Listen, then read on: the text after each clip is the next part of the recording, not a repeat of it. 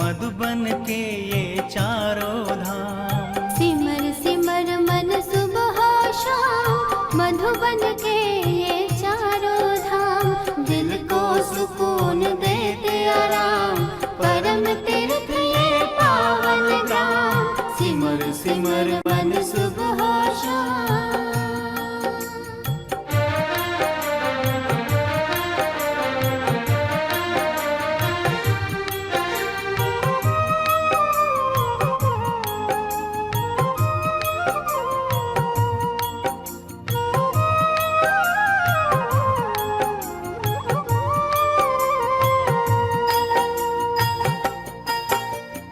प्रभु की ये अवतरण भूमि है,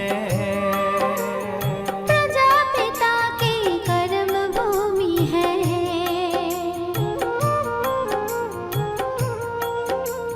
प्रभु की ये अवतरण भूमि है। प्रजापिता की कर्म भूमि है। शिव शक्तियों की चरित्र भूमि है। देवों की ये रंग भूमि है। जहाँ फरिश्ते करे मुकाम, मधुबन के ये चारों धाम। दिल को सुकून देते आराम, परम तीर्थ ये पावन ग्राम। सिमर सिमर मन सुबह शाम।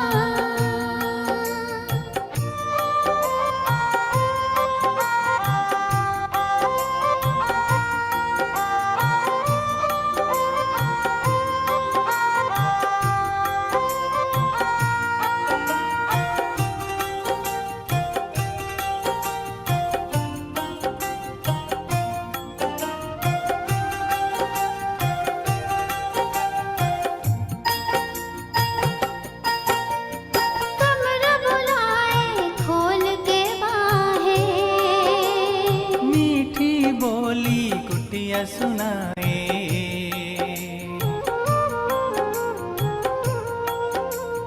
कमर बुलाए खोल के बाहें।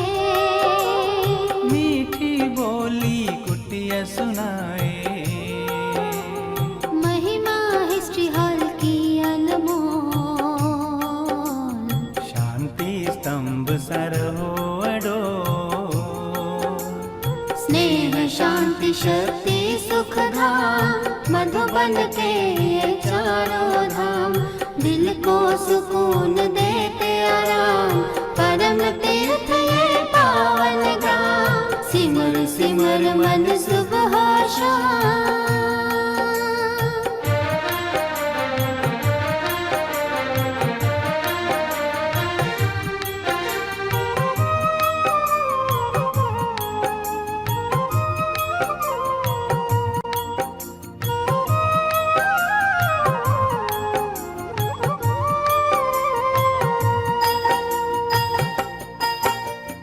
दृश्य यहाँ के है अभिराम। गुरु शिखर दिलवाड़ा सुना,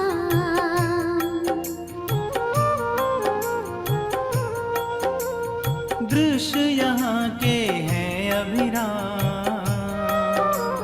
गुरु शिखर दिलवाड़ा सुना। मिलता तन मन को विश्राम। खिलता मुख पर दिव्य ललाम। भक्त है करते कोटि प्रणाम। मधुबन के ये चारों धाम।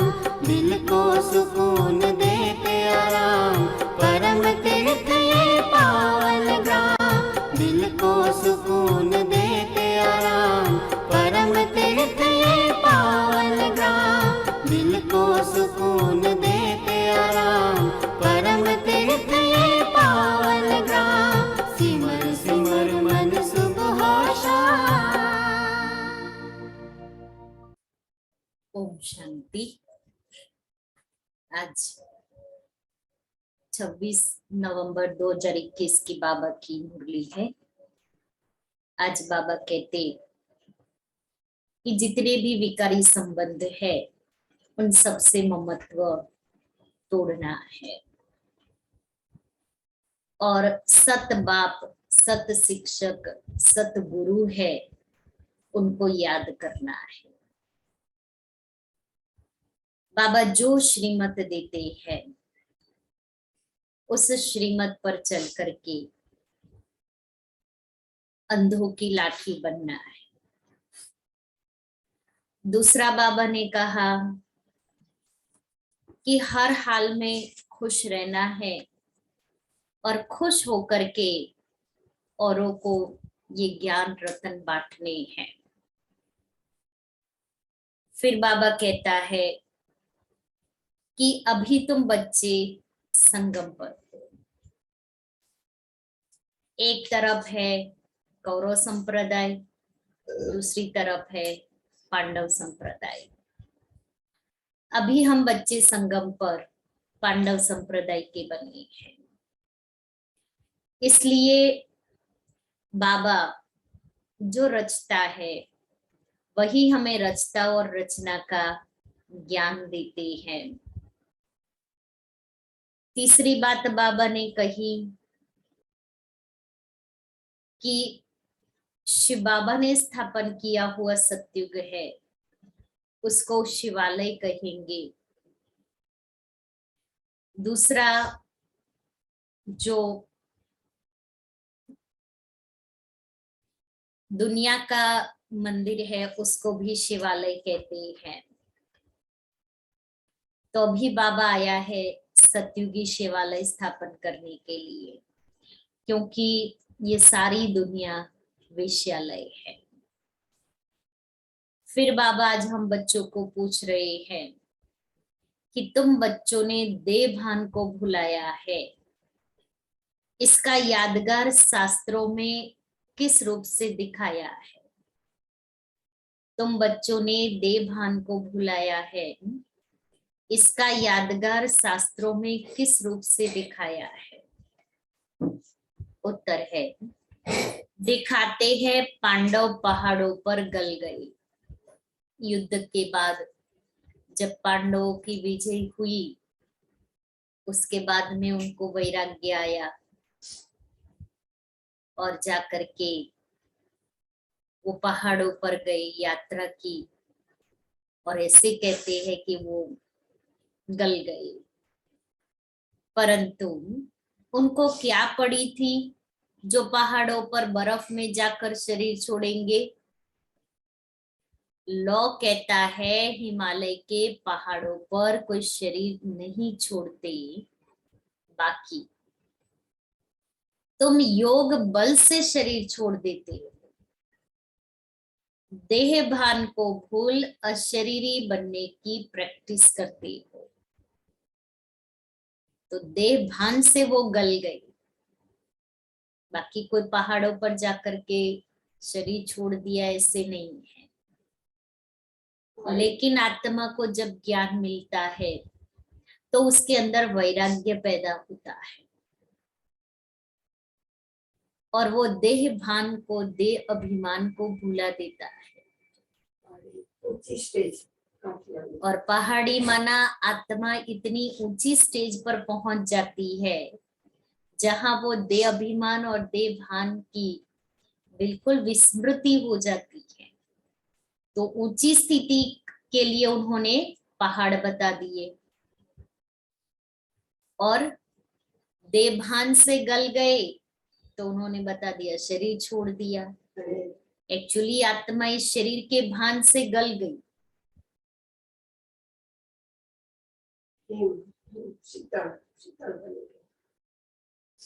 देह भान भूल जाती है तो आत्मा शीतल बन जाती। बाबा कहते मीठे बच्चे स्वयं को राजयोगी समझ विकारी संबंधों से ममत्व निकाल दो। सिर्फ तोड़ निभाने के लिए साथ रहो। कि हम घर गृहस्थ में रहते हैं तो भी विकारी संबंध नहीं रहे, अभी हमारे निर्विकारी संबंध हो गए। तो सिर्फ संबंधों को निभाने के लिए घर गृहस्थ में रह रही है, बाकी आत्मा इन सब से डिटैच। ओम शांति। रूहानी बाप रूहानी बच्चों को समझाते हैं।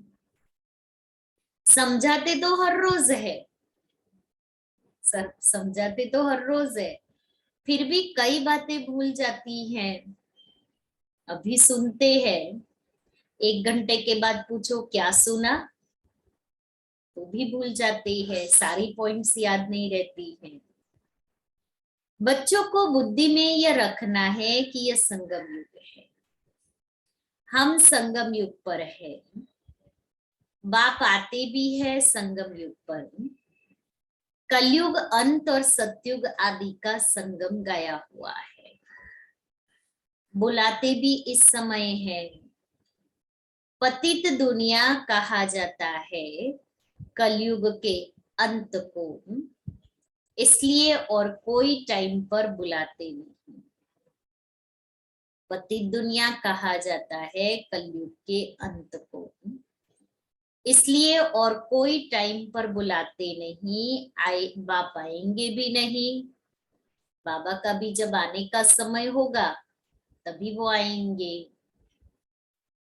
जब कलयुग का अंत होता है तभी मुझे बुलाते हैं, बाबा हम पतितों को पावन बनाने आओ। कलयुग के अंत और सतयुग के आदि में बुलाते हैं। बुलाते हैं परंतु उनको पता नहीं कि कल्प की आयु कितनी है। समझते हैं, भक्ति करते करते धक्का खाते खाते आखिरी में मिल ही जाएंगे। कल्प का अंत कब होगा यह किसको पता नहीं है। याद करते ही तब है जब कलयुग का अंत होता है। सतयुग त्रेता में तो है ही सुख, द्वापर में भी इतना दुख नहीं होता है। कलयुग में मनुष्य जब बहुत दुखी होते हैं तब बाप को पुकारना शुरू करते हैं। तमो प्रधान मना दुखी तभी पुकारेंगे ना, हे दुख हरता सुख करता आओ। दुख के बंधन तो बहुत है। दुख के टाइम ही भगवान को पुकारते हैं, किस बंधन से छुड़ाओ। जब कोई रास्ता नहीं मिलता है तो बहुत जोर से पुकारते हैं। कितना जोर से, इतना जोर से पुकारते हैं जो हमारी पुकार उस तक पहुंचती है।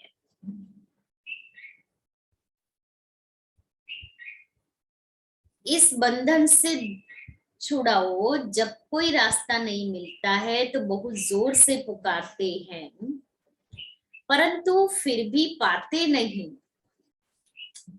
फिर चिल्लाते हैं। तो यहाँ भी मनुष्य जब बहुत तो परंतु फिर भी पाते नहीं। जैसे मेज अर्थात भूलभुलैया होता है ना, जहां से भी जाते हैं रास्ता नहीं मिलता है। जब थक जाते हैं फिर चिल्लाते हैं। तो यहाँ भी मनुष्य जब बहुत दुखी हो जाते हैं तब चिल्लाते हैं, हे दुख हरता सुख करता, हे अंधों की लाठी। इस समय ही पुकारते हैं, हे अंधों की लाठी, अभी तुम संगम युग पर हो। एक तरफ है पांडव और दूसरे तरफ है कौरव। अंधा उनको कहा जाता है जो रचयिता और रचना के आदि मध्य अंत को नहीं जानते हैं। सज्जे उनको कहा जाता है जो बाप द्वारा रचता और रचना को जान गई है। तुम तो समझाते हो, हमको राज्य भाग्य मिला है तब तो चित्र बनाते हैं। सतयुग है शिव बाबा का स्थापन किया हुआ, इसलिए उनका नाम पड़ा शिवालय। फिर विकारी बनते हैं तो वाम मार्ग की स्थापना होती है। इसलिए इसको वेश्यालय कहा जाता है। सतयुग है शिवालय, कलयुग है वेश्यालय। तुम संगमयुगी ब्राह्मणों को यह मालूम है कि अभी हम न वेश्यालय में है न शिवालय में है, हम शिवालय में जा रहे हैं, ऑन वे है। शिवालय में जाने के लिए हम पुरुषार्थ कर रहे हैं, उस रास्ते पर हम चल पड़े हैं। अभी वेश्यालय विकारी संबंधों से हमारा ममत्व निकल गया है।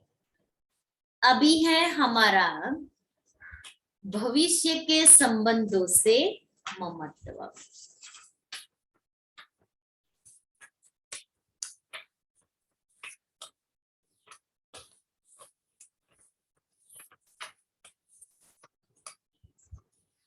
हम अभी राजयोगी है, वह है योगी, उनसे हमारा क्या कनेक्शन है? फिर भी तोड़ निभाने के लिए रहना तो अपने ही घर में है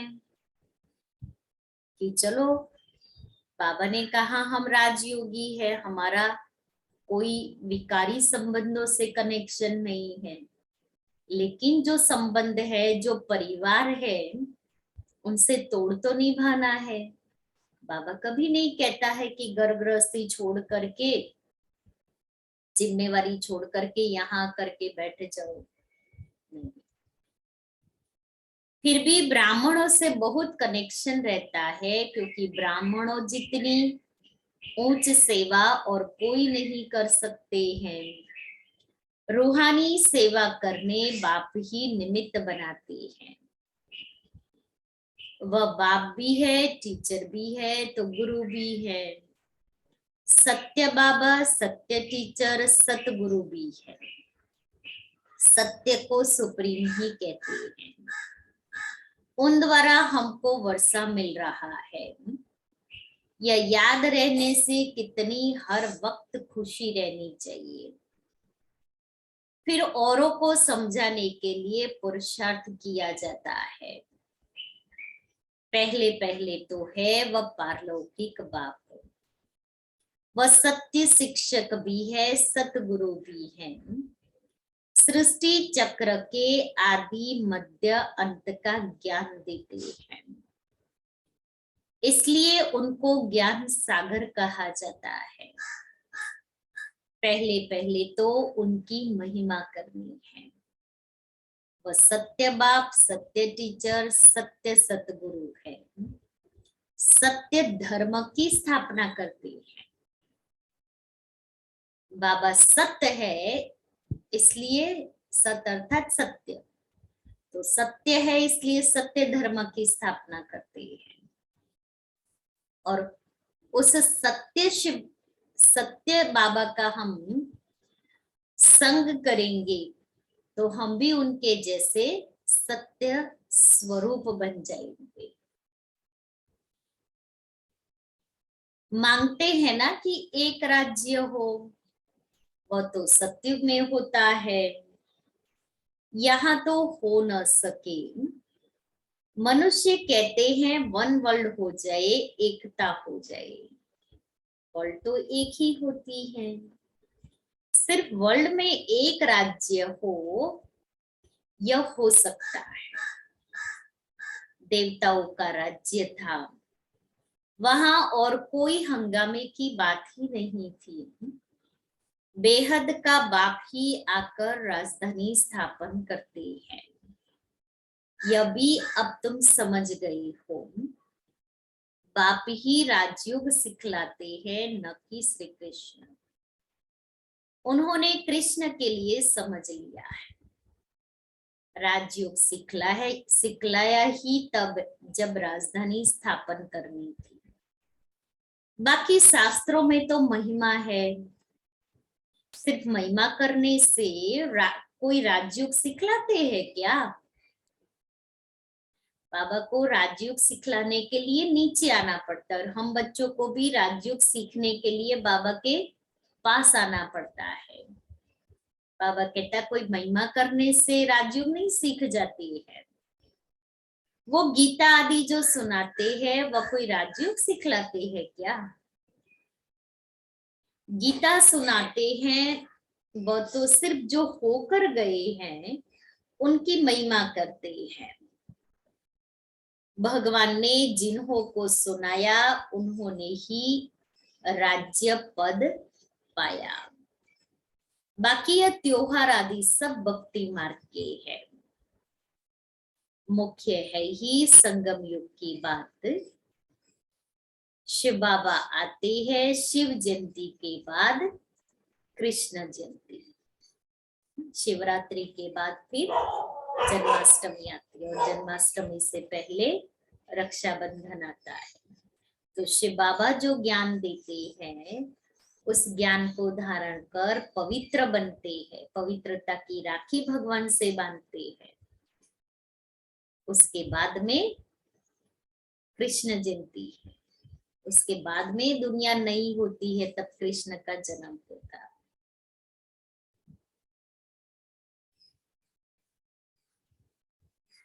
शिव बाबा के आने के बाद जरूर नई दुनिया स्थापन होगी।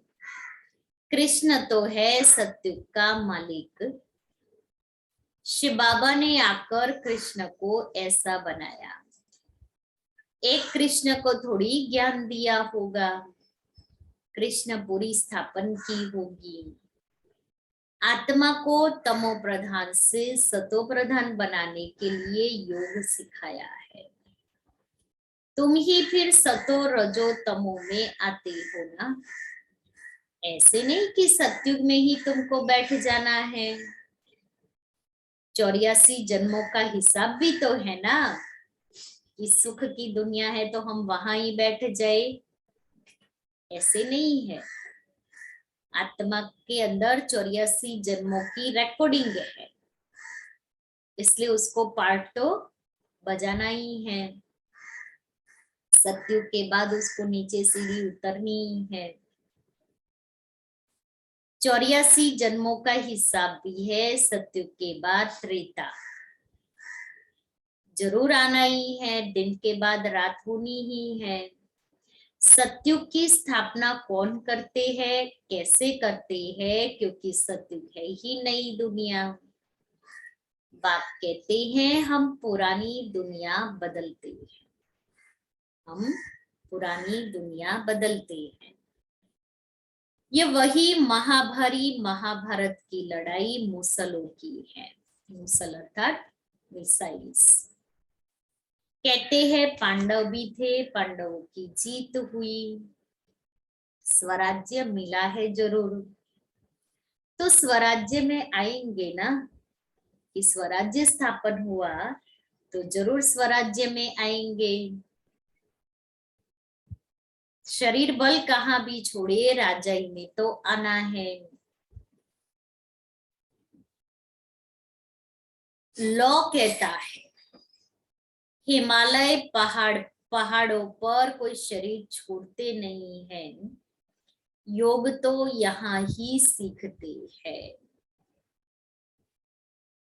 योग बल से ही शरीर छोड़ना है। उनको क्या पड़ी है जो पहाड़ों पर बर्फ में जाकर शरीर छोड़ेंगे? यह भी गपोड़े हैं। जैसे सर्प पुरानी खाल छोड़ नहीं लेते हैं, वैसे आत्मा भी एक शरीर छोड़ दूसरा लेती है। शांति धाम में जाकर फिर आएंगे सतयुग में। बाबा ने समझाया है सतयुग में शरीर छोड़ेंगे तो आप ही अपने समय पर, जब शरीर बूढ़ा होता है तब एक शरीर छोड़ दूसरा लेते हैं। सतयुग में अकाले मृत्यु नहीं है। शरीर की आयु पूरी हो गई, आत्मा पे शरीर छोड़ देगी। वहां तो वापिस शांति धाम में नहीं जाएंगे। शांति धाम में अभी जाना है। अभी हम संगम पर है, फिर आत्मा संपूर्ण बन के फिर शांति धाम घर जाती, फिर वहां से नई दुनिया में आती। और जब सतयुग में शरीर छोड़ते हैं तो फिर से इसी दुनिया में पुनर्जन्म लेते हैं, वापिस नहीं जाती आत्मा।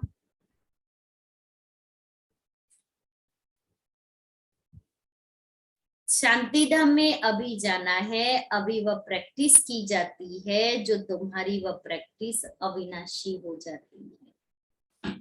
यहाँ तो प्रैक्टिस इसलिए कराते हैं,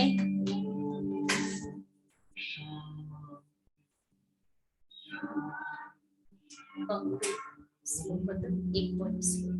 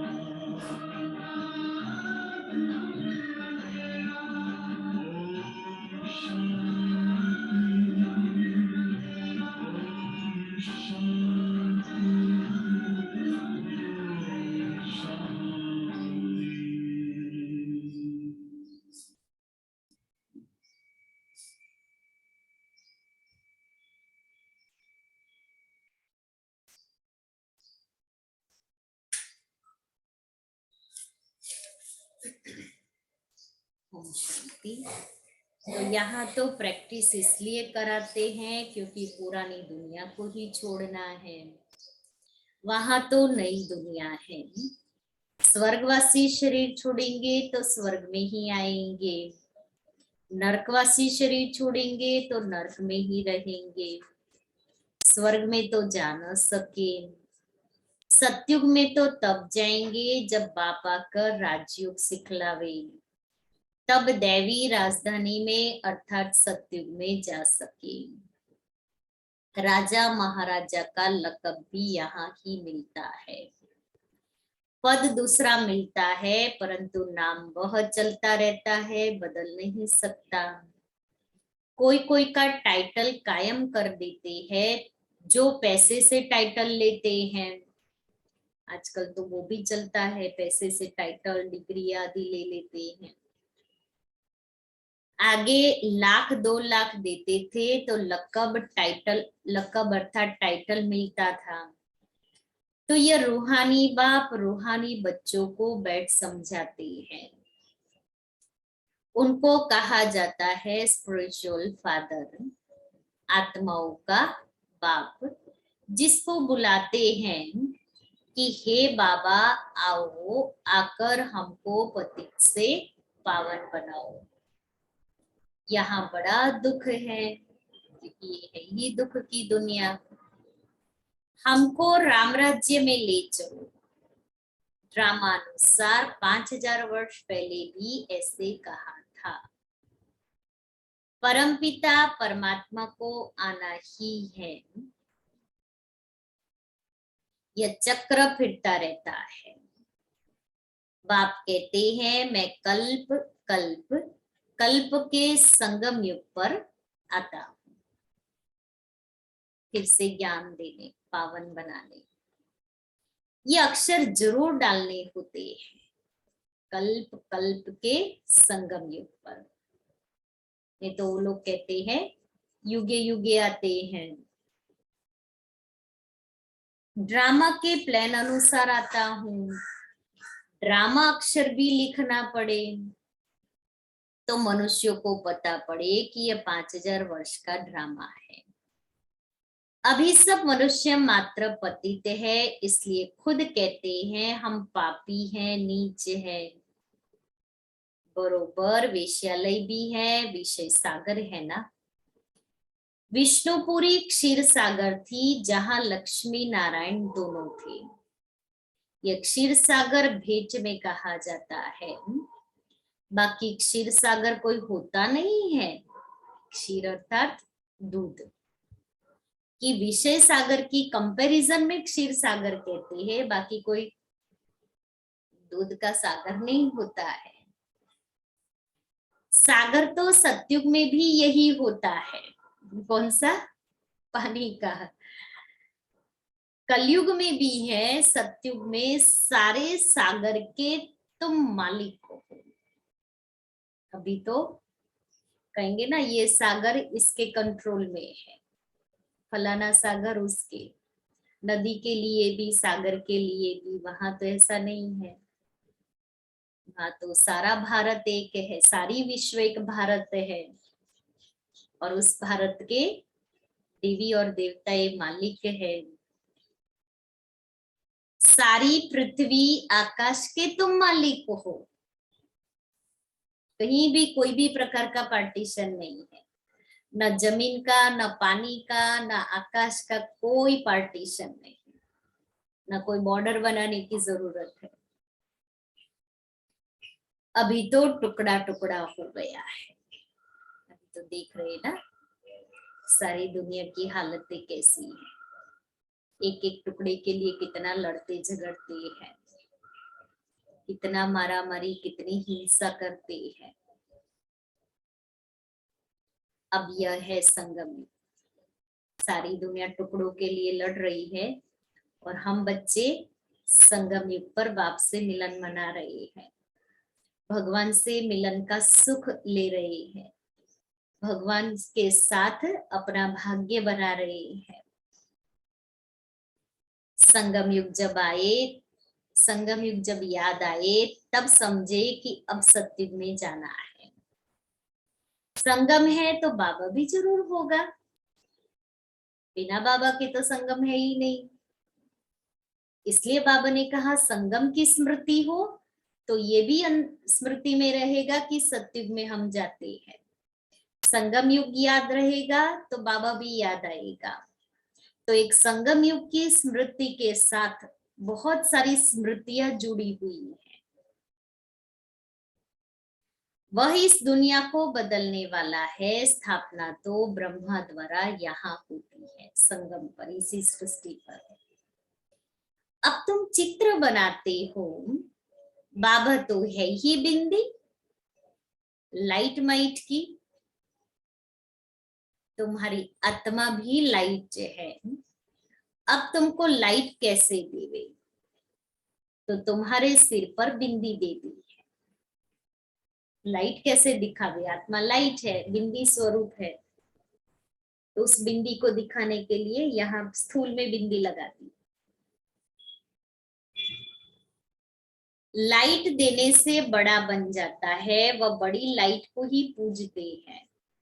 इसलिए मनुष्य परमात्मा को ज्योति स्वरूप कह देते हैं। वास्तव में लाइट है पवित्रता की निशानी। मनुष्य समझते हैं ज्योति स्वरूप है। बिंदी को अगर लाइट भी छोटी दे तो पूजा कैसे होगी? इसलिए बड़ा कर देते, इसलिए बड़ा बड़ा लिंग बनाते हैं और उसकी पूजा करते हैं, क्योंकि बिंदी की तो पूजा हो ना सके। अब भावना और श्रद्धा जुड़ी हुई है और पूजा करने के आत्मा के अंदर आधा कल्प के संस्कार है, इसलिए उसको कुछ चाहिए, तो मनुष्य ने फिर बड़ा लिंग बना दिया। बाप कहते हैं मैं परमात्मा सुप्रीम सोल हूं, जिसको तुम परमात्मा कहते हो। परंतु छोटी बिंदी की पूजा कैसे हो? लाइट कैसे दे? कोई लिंग की पूजा करते हैं। शाहूकार है तो हीरा गोल बनाकर उनकी पूजा करते हैं। नाम तो शिवलिंग ही रखेंगे, है तो स्टार और कोई चीज नहीं है। ये बड़ी गुह्य बातें समझने की है। आत्मा कोई छोटी बड़ी होती नहीं तो फिट कैसे हो? अभी तुम जैसे अपनी आत्मा को जानते हो वैसे बाप को भी जानते हो। आत्मा बाप को बुलाती है, तुमने अपनी आत्मा को देखा है तो परमात्मा को कैसे देखेंगे? इसलिए पहले आत्मा अनुभूति करनी है, उसके बाद में परमात्मा अनुभूति। ज्ञान ही है पहले सेल्फ रियलाइजेशन, फिर गॉड रियलाइजेशन। हाँ, दिव्य दृष्टि से देख सकते हो, सो तुम जबकि जानते हो, फिर देखने से फायदा क्या? कि ज्ञान मिल गया, समझ मिल गई, फिर साक्षात्कार से फायदा क्या? यह तो पढ़ाई पढ़ने की है जिससे मनुष्य से देवता बनते हैं। यह है फ्यूचर नई दुनिया के लिए पढ़ाई। यह लक्ष्मी नारायण कहाँ ऐसे कर्म सीखे? संगम पर।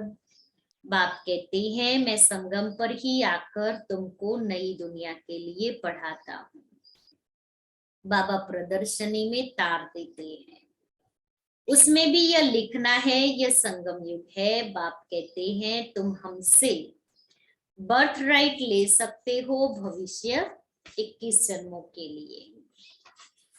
संगम युग अक्षर जरूर लिखना है, तो ही तो समझ में आएगा ना कि ये कलयुग है और सतयुग में जाना है। अभी हम बीच में संगम पर खड़े हैं। एक्यूरेट जो तार जाती है उसकी कॉपी वहां लगानी है। पहले तो वही होता था, तार चलती थी, बड़े अक्षरों में लिख देना चाहिए। दिन प्रतिदिन क्लियर होता जाता है। नीचे लिखते ही है बाप दादा। शिव बाबा जो आत्माओं का बाप है वह प्रजापिता ब्रह्मा द्वारा सिखलाते हैं। बाप कहते हैं मुझे शरीर का आधार तो चाहिए ना। शिव तो है निराकार, उनको तो अपना कोई शरीर है नहीं। ब्रह्मा विष्णु शंकर तो सूक्ष्म आकारी हैं, बाकी तो सबको शरीर है। बाप कहते हैं मुझे शरीर है कहाँ, परंतु ऐसे तो नहीं कि मैं नाम रूप से न्यारा हूं। बहुत क्लियर बच्चों को समझाते हैं मैं हूं निराकार, परंतु जब मैं आता हूं तो मुझे शरीर जरूर चाहिए। मैं गर्भ में नहीं आता हूं, मैं खुद बतलाता हूं कि मैं इस साधारण तन में आया हूं। यह पहले पूज्य था, अब पुजारी बना है। माला में भी है पहले शिव बाबा, फिर 2 दाने। जो मनुष्य मणके की माला फिराते हैं ना, उसमें ऊपर फूल दिखाते हैं, फिर मेरू के 2 दाने, फिर माला के मणके।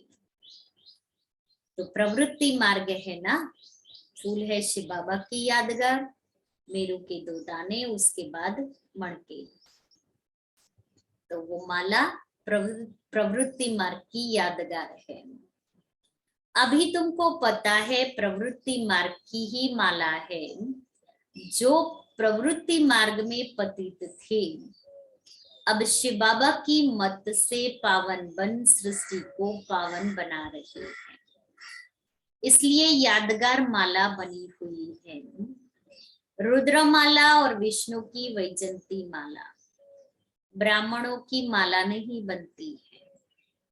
कोशिश की थी बनाने की, परंतु बनी नहीं, क्योंकि ब्राह्मण आज बहुत अच्छे चल रहे हैं, बहुत अच्छी अवस्था है। फिर कल जा करके कुछ होता है तो अवस्था डाउन हो जाती है, इसलिए बाबा कहता ब्राह्मणों की माला नहीं बनती। कोशिश की थी बनाने की, परंतु बनी नहीं, इसलिए माला बनाना, अव्यक्त नाम देना छोड़ दिया। नाम जो यहाँ के थे वह नाम यहाँ ही छोड़, फिर वही अपना पुराना नाम ले भाग जाते हैं। उनको उस नए नाम से कोई बुलाएंगे ही नहीं। तो बाप हमारा बाप टीचर गुरु है, ऐसे बाप को तो बहुत लव से याद करना चाहिए, याद करना है। परंतु माया ऐसी है जो भुला देती है, इसलिए अवस्था डगमग होती है, मुरझाए पने की फीलिंग आती है। शिव बाबा की याद से फिर खड़े हो जाते हैं। अच्छा, मीठे मीठे सिक्के लेते बच्चों प्रति माता पिता बाप दादा का याद प्यार और गुड मॉर्निंग। रूहानी बाप की रूहानी बच्चों को नमस्ते। हम रूहानी बच्चों की रूहानी बाप दादा को याद प्यार गुड मॉर्निंग और नमस्ते। दाना के लिए मुख्य सार पहला है, विकारी संबंधों से ममत्व निकाल देना है। भविष्य के नए संबंधों से बुद्धि योग लगाना है। दूसरा, औरों को समझाने के लिए हर वक्त खुशी में रहना है। सत बाप, सत शिक्षक और सतगुरु की श्रीमत पर चल अंधों की लाठी बनना है। वरदान है, कोमलता को कमाल में परिवर्तन कर मायाजीत बनने वाले शक्ति स्वरूप भव। शक्ति स्वरूप बनने के लिए कोमलता को कमाल में परिवर्तन करो।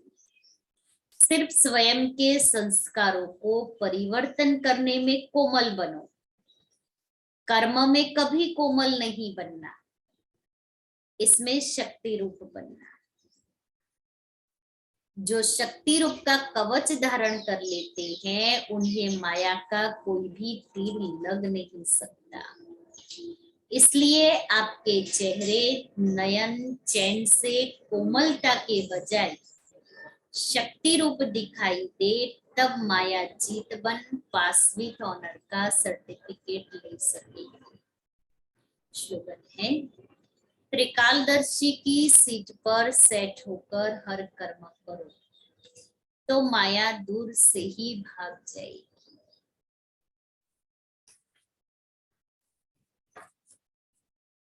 आज का स्वमान है, मैं सेकंड में परिवर्तन करने वाली हूँ। मैं सेकंड में परिवर्तन करने वाली हूँ। योग में सदा लाइट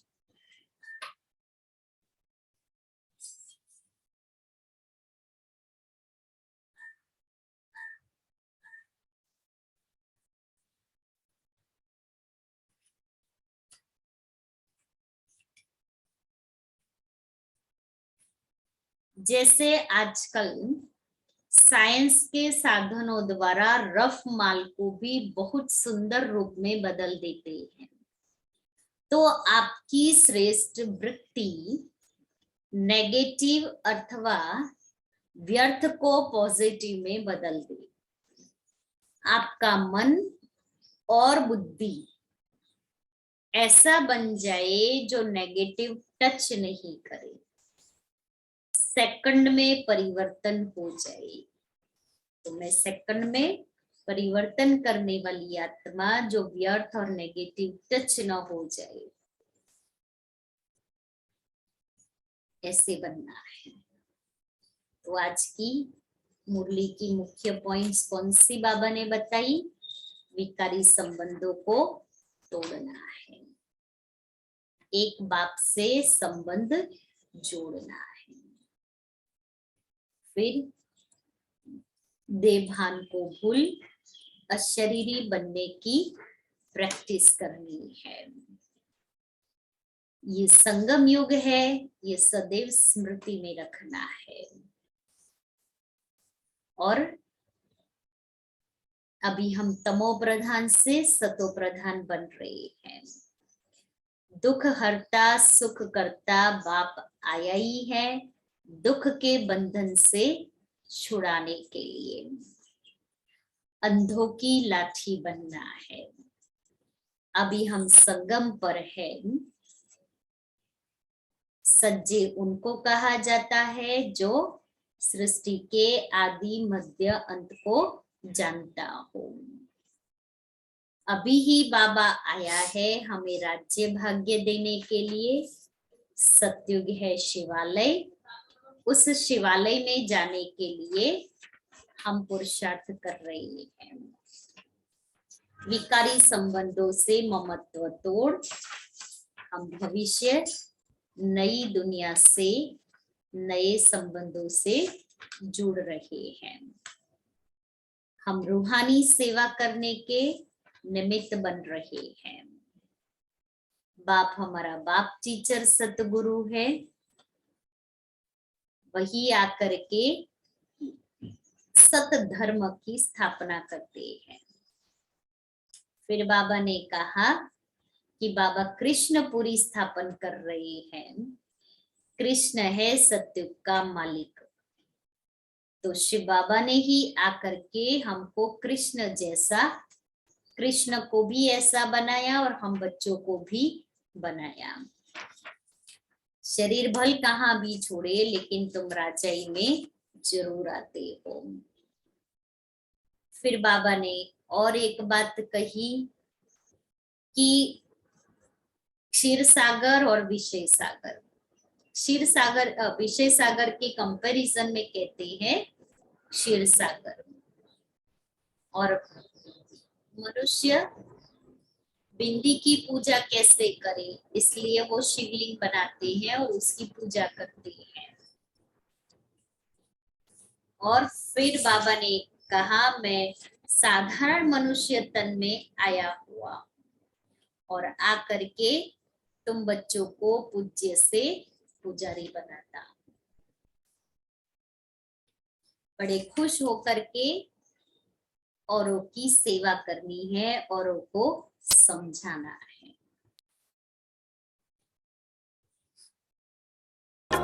मेरे बाबा, मेरे बाबा, मेरे बाबा, मेरे बाबा, मेरे बाबा, मेरे बाबा।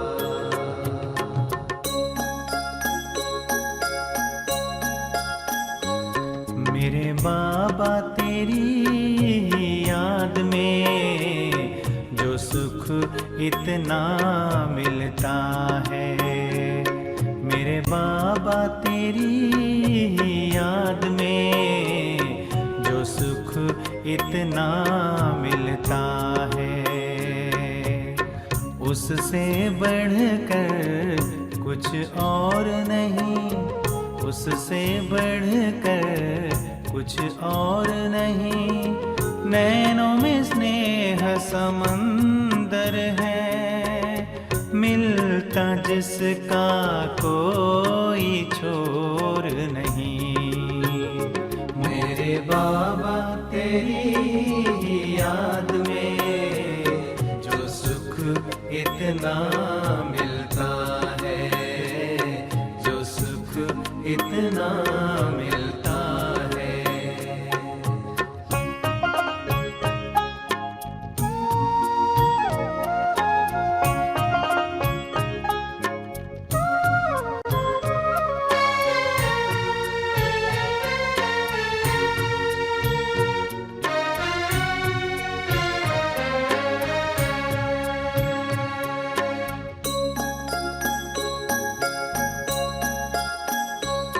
मिले पंख उमंगों के हमको,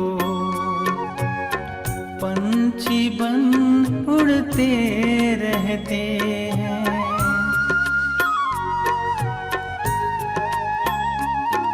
ये गजब रूहानी मस्ती है जिसे अति इंद्रिय सुख सब कहते हैं। तेरे प्यार का अमृत रस पीकर मन जाए जग की ओर नहीं। मेरे बाबा तेरी याद में जो सुख इतना मिलता है, जो सुख इतना मिलता है।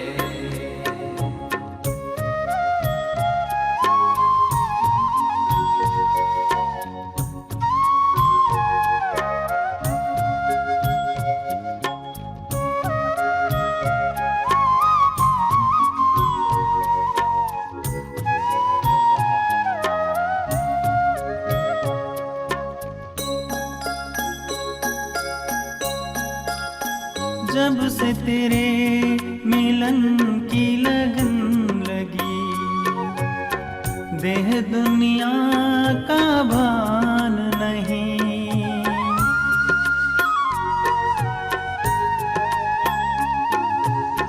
तुझको पाकर बाबा मेरे अब रहा अरमान नहीं। चाहत की ना तो हलचल है, चिंताओं का भी शोर नहीं। मेरे बाबा तेरी याद में जो सुख इतना मिलता है, जो सुख इतना मिलता है।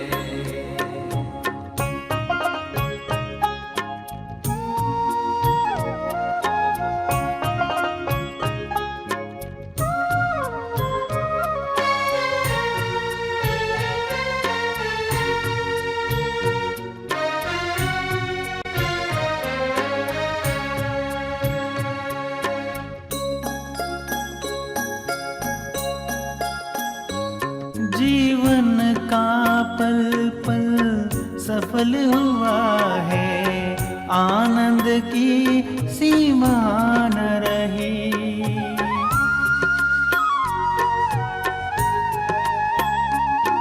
राहों में रोशनी बिछी हुई है, चांदनी में खुशियाँ नहा रही। प्यारे भगवन बने हैं अपने साथी, तो नाचे क्यों मन मोर नहीं। मेरे बाबा तेरी याद में जो सुख इतना मिलता है, जो सुख इतना मिलता है, जो सुख इतना मिलता